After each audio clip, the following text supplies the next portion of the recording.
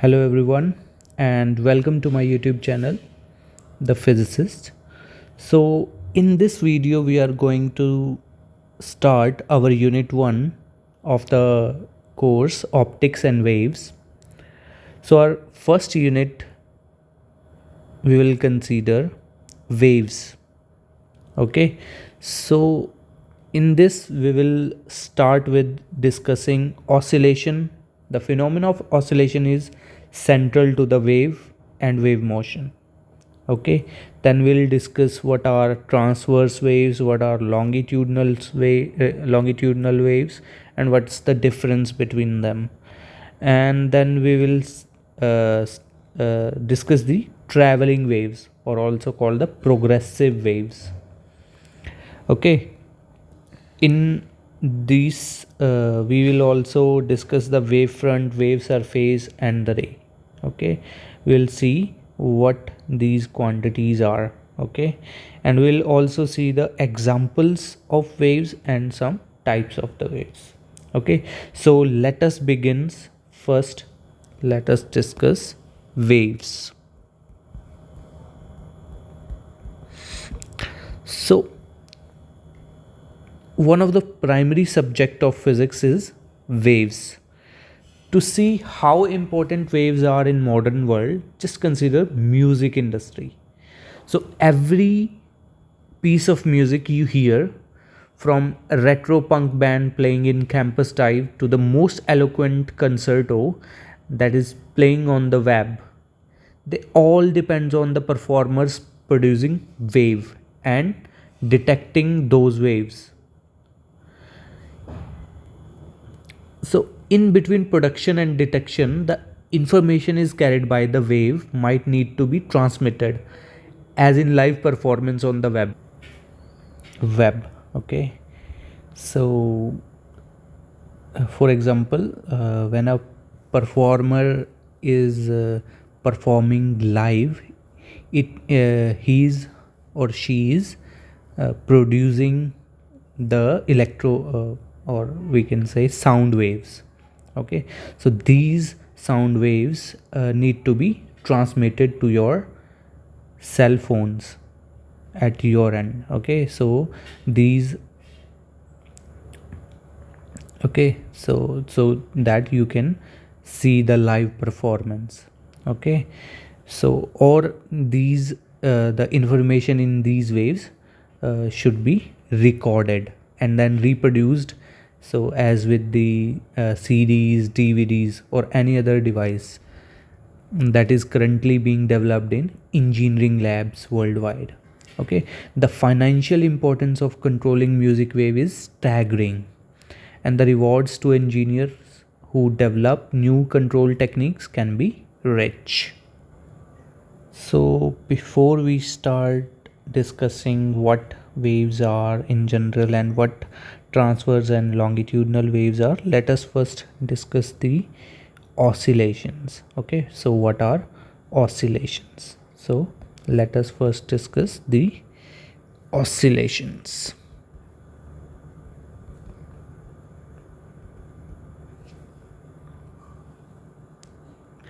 Okay, so the whole motion that is occurring in nature can be broadly categorized into three types. Namely, the first type is called translational motion. Okay, so what is translation motion? This is a motion in straight line.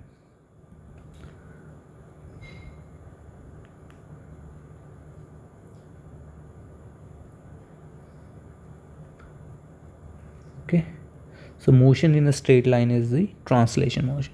Second type of motion is rotational motion.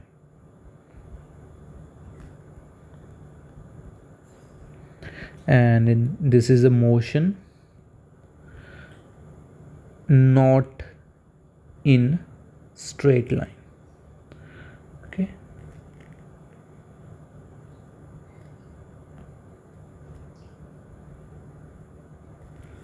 okay, so for example, on circle the motion of a particle on circle is a circular motion or rotational motion.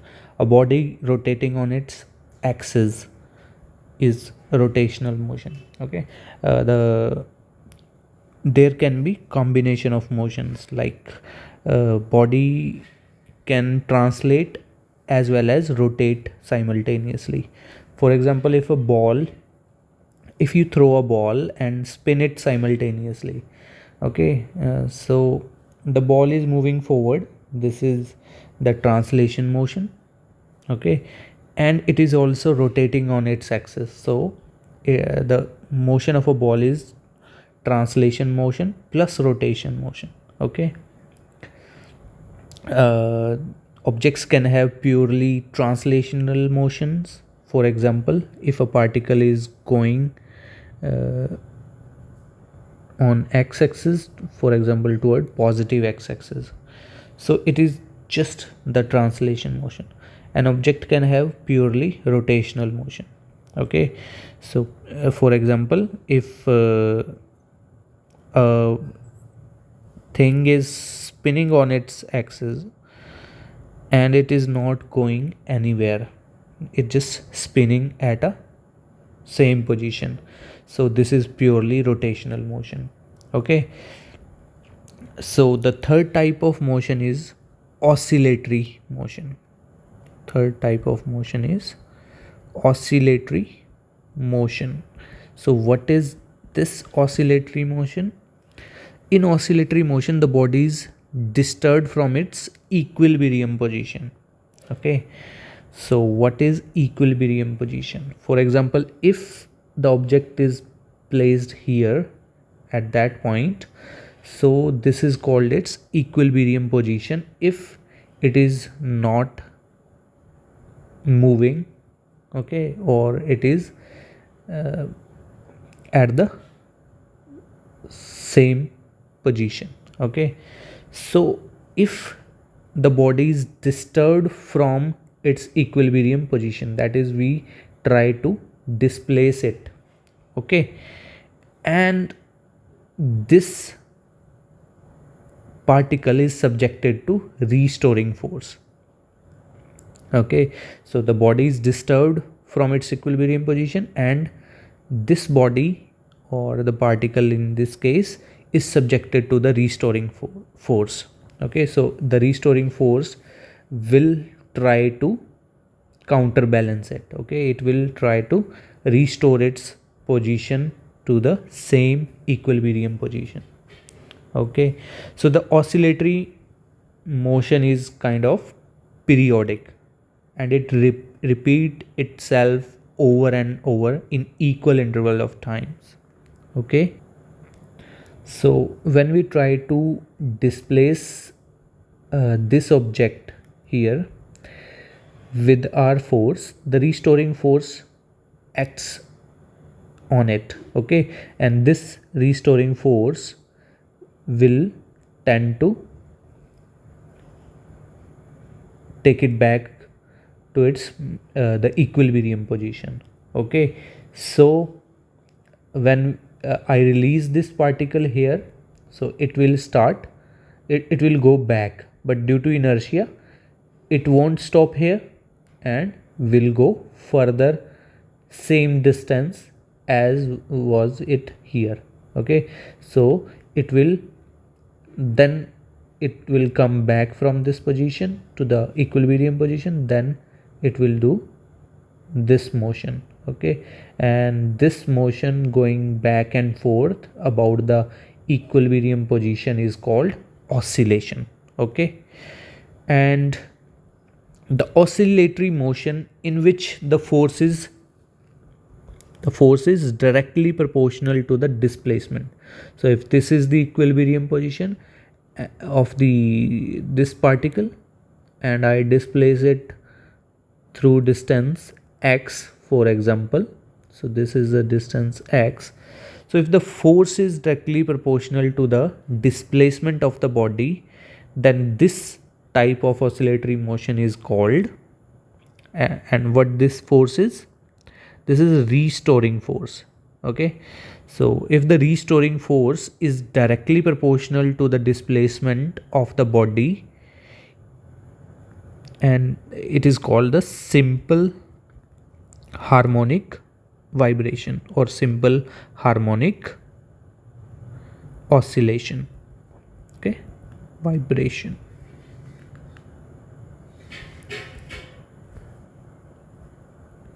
or oscillations. So simple harmonic vibrations or simple harmonic oscillations. Okay, so if this object, okay, this is the object or the particle, and I displace it through x, okay, and I leave it, then it will start oscillating with this amplitude. Okay, so this, the maximum displacement I give to this object or body or the particle is called the amplitude. Okay, amplitude of the simple harmonic oscillation.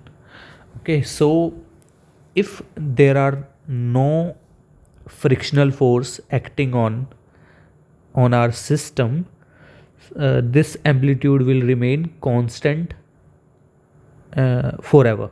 Okay, so it will not get shorter, but in practice, because of the frictional forces, that is in real world, the amplitude of vibration in simple harmonic motion does not remain constant but becomes progressively smaller, and such a motion is called damped motion or damped harmonic vibration. Okay, the motion dies out gradually and transferring all the mechanical energy into the thermal energy by the action of the frictional forces. Okay, so for example, if we give some amplitude to a pendulum, then it will start oscillating, but as the time gradually go on, the amplitude of the vibration will goes down. Okay, because the mechanical energy of this pendulum, the mechanical energy, the kinetic plus potential energy of this pendulum is going into the thermal energy of the air molecules due to the frictional forces. Okay, so in order to keep the body in a continuous oscillatory motion, some external periodic force must be used. Okay, for example, if this is the particle and it is in the environment where frictional forces are acting on it, okay, so we need to use some external periodic force. Okay, and we will use this force with the frequency which we call the forcing frequency. Okay, forcing frequency, and the oscillations are said forced oscillations. Okay, forced oscillations, because we are forcing the body to oscillate with certain amplitude and with certain frequency. That's why it is called forced. The frequency is called forced frequency and oscillations are called forced oscillations or forced vibrations. Okay, so every object, for example a pendulum, has its own natural frequency. Okay, natural frequency is its own frequency with which it will oscillate. Okay, and when the forcing frequency that we applying on it, okay, with forcing frequency uh, we can prevent it from dying. Okay, the amplitude will remain the constant with the forcing frequency of ours. Okay, so when this forcing frequency is equal to the natural frequency of the object, forcing frequency is equal to the natural frequency of the object, then resonance is said to occur. Okay, so a condition resonance, in this condition the resonance will occur. So what is a resonance? So in this case, the energy transferred to the body from the source, okay, source of the external periodic force to the object. Okay, in resonance the amplitude will be maximum, and due to our forcing frequency it won't die out. Okay, so this is the concept of oscillation. We have to remember it to study further the our waves. Okay, so let us now consider waves in more detail. Okay, so waves, so when a disturbance pass through a medium, okay, so a medium can be air, water, or anything. Okay, so when a disturbance pass through a medium, a series of points are affected. For example, when you throw a pebble into a water pond, okay, in the pond a series of points are affected due to your throwing of pebble. Okay, and a local displacement from equilibrium caused in one part of the medium is transmitted successively to the next by interaction among the particles. Okay, so where you throw the pebble, okay, it is just only one spot in the whole pond. Okay, so here the local particles, so when you throw a pebble, local particles of the water will go down. Okay, so they were in equilibrium position. For example, when they were in on the surface like this. Okay, so particles are all were in equilibrium position, but when you throw a pebble, for example in here, they will cause the local particles to go down. Okay, so this will become like this. Okay, so these local particle due to this pebble will go down. Okay, so they will be displaced from their equilibrium position. So because they are connected by the neighboring particles or the molecules of water through the interaction among them, okay, the attractive forces between them, so such a displacement will in the medium will transmit successively to the next particle through these interactions, and these displacement together make up a wave or the simple harmonic vibrations. Particle in the medium generates a simple harmonic wave. Okay, so they go down here they go down when we throw a pebble, then they will come to a towards the equilibrium position, then because of inertia they will go above it, and we will see a wave generated in the pond, and this is water waves. Okay, so a wave is any disturbance which travels through the medium due to the repeated periodic motions of the particles of the medium about their mean position. Okay, equilibrium position is also called the mean position. So this line represent the equilibrium or the mean position of the particles of the medium, in this case water. Okay, so let us discuss transverse and longitudinal waves. Transverse and longitudinal waves.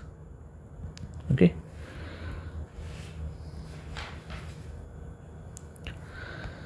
so let us first discuss the transverse waves.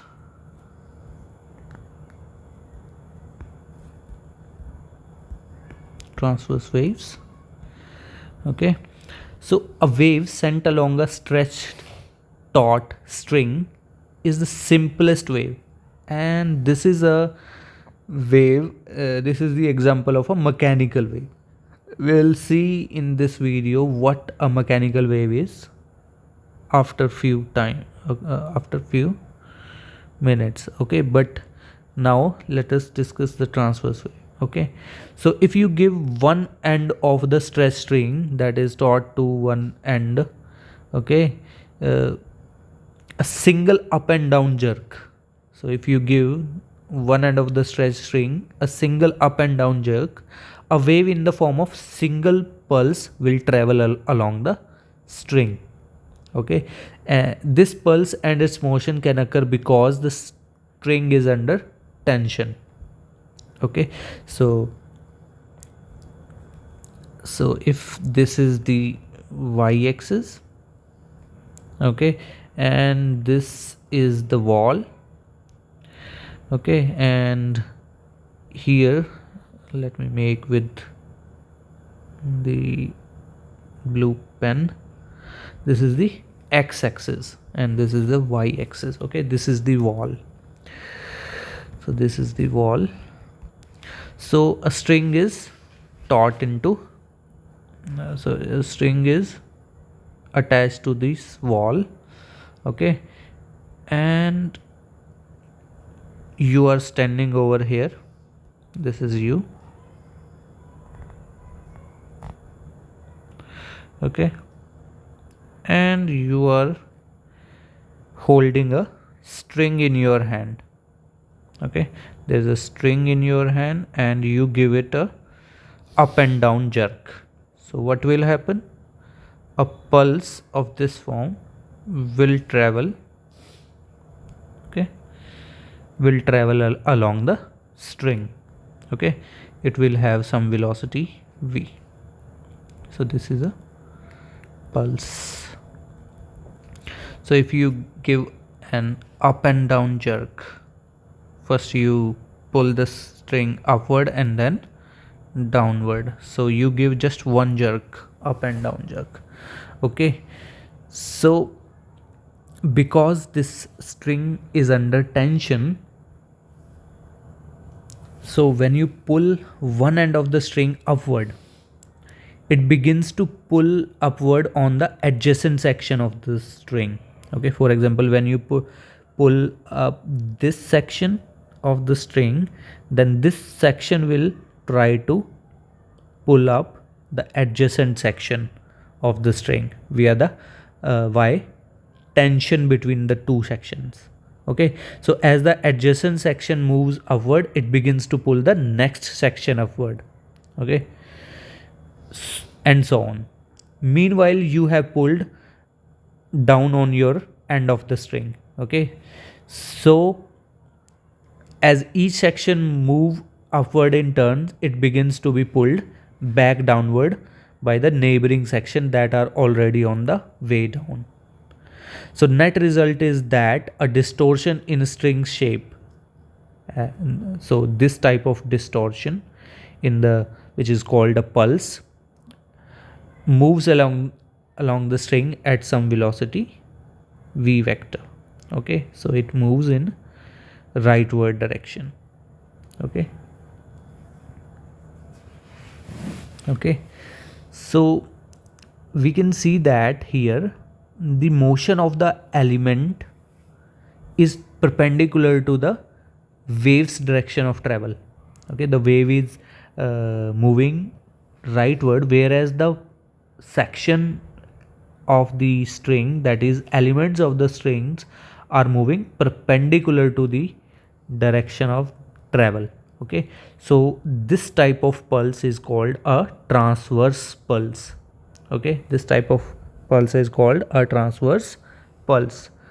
Okay, now if you move your hand up and down in continuous simple harmonic motion.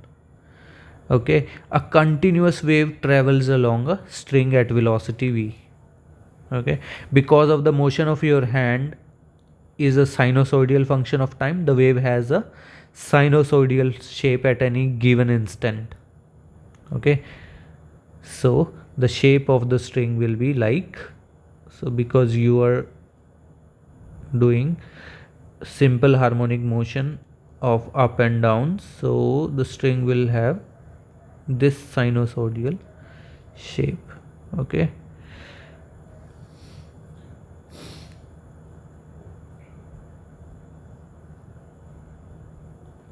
okay, so that is, the wave has the shape of sine or a cosine curve.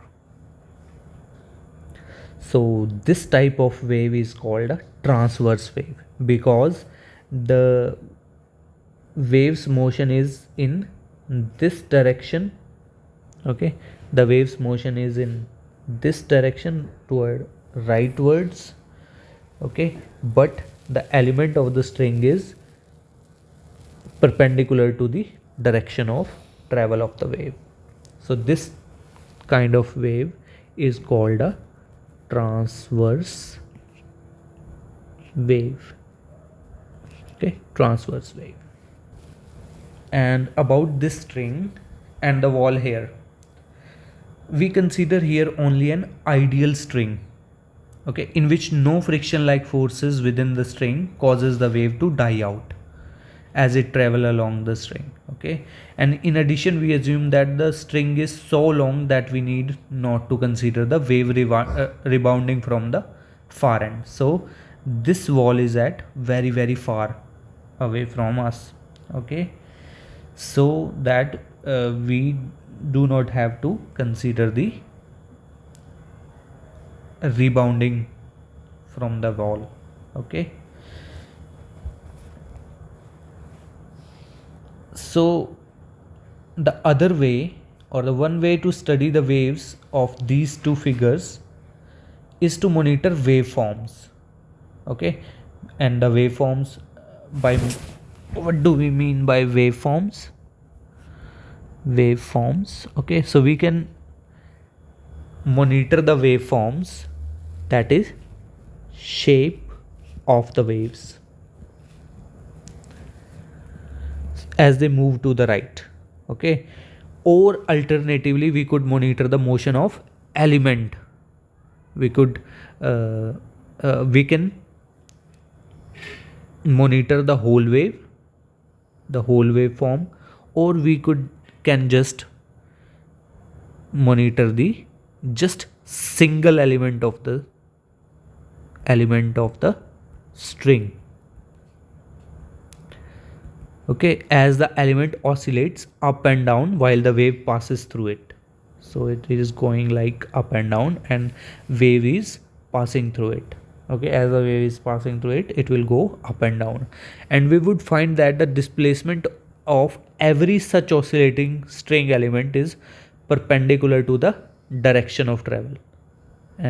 For example, if this is the x, toward the x is the direction of travel, then a particle will oscillate perpendicular to it. Okay, so this motion is called the transverse motion. Okay, so this motion is transverse motion, and the wave is transverse wave, and the wave is transverse wave. Okay, and the wave on a string is a one-dimensional wave. Okay, it is an example of a one-dimensional wave because particles are oscillating only on a string, which is a one-dimensional thing. Okay, so wave is oscillating. So this is the example of a 1D wave or one-dimensional wave. So this is it in this video. So in the next video we will study next things, the longitudinal waves, traveling waves, or the progressive waves. We'll discuss wave fronts, wave surface, and the ray, and we'll see the example and types of waves. Thank you. Please subscribe to my channel, like the videos, share the content with your friends and the needy, and please give me positive feedback. Thank you.